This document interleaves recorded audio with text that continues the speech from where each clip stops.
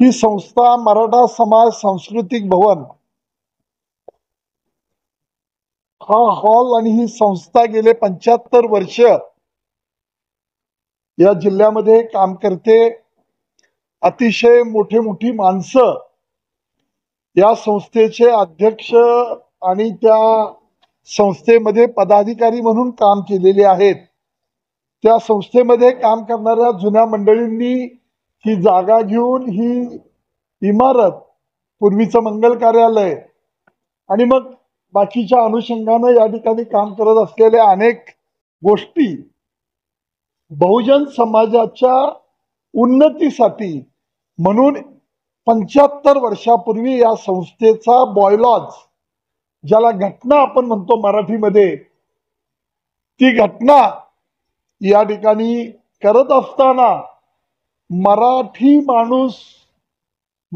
माणूस म्हणून न करता बहुजन समाजाच्या उन्नतीसाठी म्हणून ही घटना या ठिकाणी केलेली आहे। त्याचा उल्लेख तसा आहे आणि बहुजन समाजामध्ये हा मराठा समाज येतोय तेव्हा 75 वर्षापूर्वी दृष्टी डोळ्यापुढे ठेवून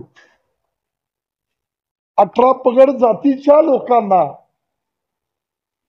बरोबर घेऊन ही संस्था कार्य करते आणि तोच उद्देश डोळ्यापुढे ठेवून आत्ताची सगळी प्रमुख मंडळी, त्याचे अध्यक्ष, उपाध्यक्ष आणि सर्व संचालक यांनी हा उद्देश डोळ्यापुढे ठेवून इथं 25-26 वर्षापूर्वी एक अर्धाकृती पुतळा बसवला होता ऑफिसमध्ये आणि त्याची थोडीशी, त्या पुतळ्याची थोडी दुरावस्था व्हायला लागली, त्याचे टवके निघायला लागले म्हणून गेले 9-10 महिने प्रयत्न करून त्यांनी या ठिकाणी सिंहासनावर आरूढ असलेला 8 फुटी पुतळा, छत्रपती शिवाजी महाराजांचा पुतळा या ठिकाणी बसवण्याचं काम केलं।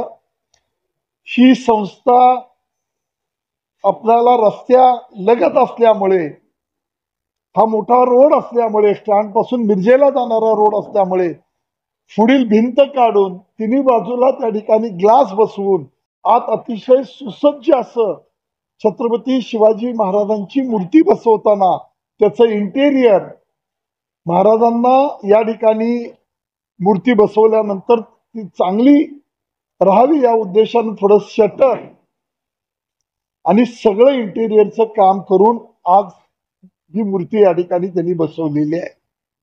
मूर्ती अतिशय सुंदर मूर्ती आहे।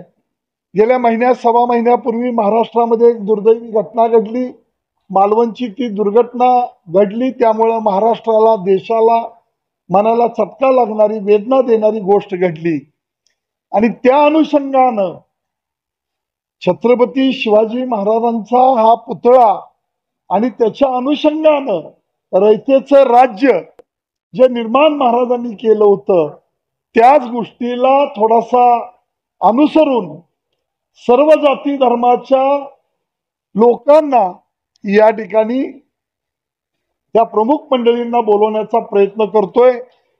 5-6 दिवसापूर्वी आम्ही 4-5 दिवसापूर्वी दिल्लीला गेलो होतो।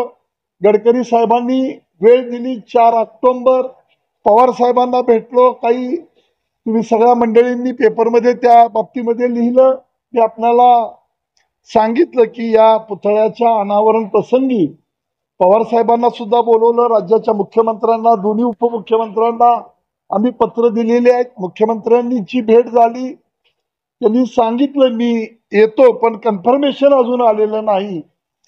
तेव्हा त्यामध्ये मग बहुजन समाजामध्ये येणाऱ्या सगळ्या जाती धर्माच्या नेत्यांना, त्यामध्ये आम्ही प्रकाश आंबेडकर साहेबांना निमंत्रित करतोय, राजू शेट्टींना केलेला आहे, आमची कोल्हापूरची गादी शाहू महाराज आहेत, सातारच्या गादीचे शिवेंद्र बाबांशी माझं बोलणं झालं। आज अध्यक्ष आणि त्यातले काही प्रमुख मंडळी त्यांना भेटायला जात आहेत। यामध्ये काम करत असताना लिंगायत समाजाच्या नेत्यांना बोलवतोय, जैन समाजाच्या नेत्यांना बोलवतोय, मराठा समाजाच्या नेत्यांना बोलवतोय, दलित समाजाच्या नेत्यांना बोलवतोय। अशा सर्व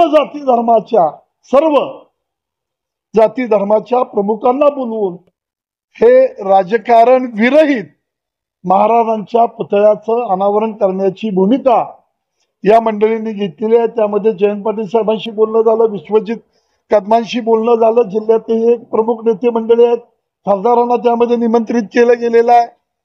असं सगळं गट तट पक्ष पार्टी महाराजांच्या या कार्यक्रमामध्ये कुठलाही वास लवलेश यामध्ये न येता हा महाराजांच्या पुतळ्याचा अनावरणाचा कार्यक्रम करण्याचं योजलंय. 4 ऑक्टोबर तारीख फायनल झालेली आहे. यामध्ये बहुजन समाजामध्ये काम करणारे सगळे नेते त्यामध्ये ही मंडळी जाऊन त्यामध्ये धनगर समाजाच्या नेत्यांनाही बोलवलेलं आहे. त्यामध्ये मला वाटतं यांची भेट झाली ती यांच्याशी झालेली आहे, महादेव जानकर साहेबांशी. सगळ्यांना बोलवतोय, सगळ्या जाती धर्माच्या लोकांना बोलवतोय. एका पर्टिक्युलर नाव घेऊन काय कुणाला ठेवायचा उद्देश नाही. तेव्हा सगळ्या जाती धर्मातल्या लोकांना बोलवतोय आणि या ठिकाणी साधारण दुपारची वेळ झालेली आहे. कार्यक्रम अनेक 2-4 दिवसामध्ये कुणाकुणाचं येतंय त्यावेळी दुपारची वेळ आहे 12-12:30ची. आणि हा कार्यक्रम शेजारी तिथं मोठा भव्य दिव्य मंडप घालून, थोडा रोडवर घालून, मागं गॅलरी उभा करून, त्या आडव्या रोडवर माणसं बसवून अशी किमान एक 6 ते 7 हजार लोकांची व्यवस्था बसण्याची करतोय. आणि उभा राहण्यासाठी या ठिकाणी एक 5-7 हजार लोक उभा राहू शकतील अशी ती व्यवस्था करतोय. त्या ठिकाणी या कार्यक्रमाला या संस्थेचं उद्दिष्ट डोळ्यापुढे ठेवून, पूर्वजांनी स्थापन केलेली ही संस्था, तोच उद्देश डोळ्यापुढे ठेवून या मंडळींनी अतिशय चांगला उपक्रम हाती घेतलेला आहे. कुठल्याही समाजाच्या नेत्यांना यामध्ये बोलवत असताना राजकारण विरहित महाराजांच्याच विषयी भाष्य करण्याची विनंती आम्ही सगळ्यांनी केली.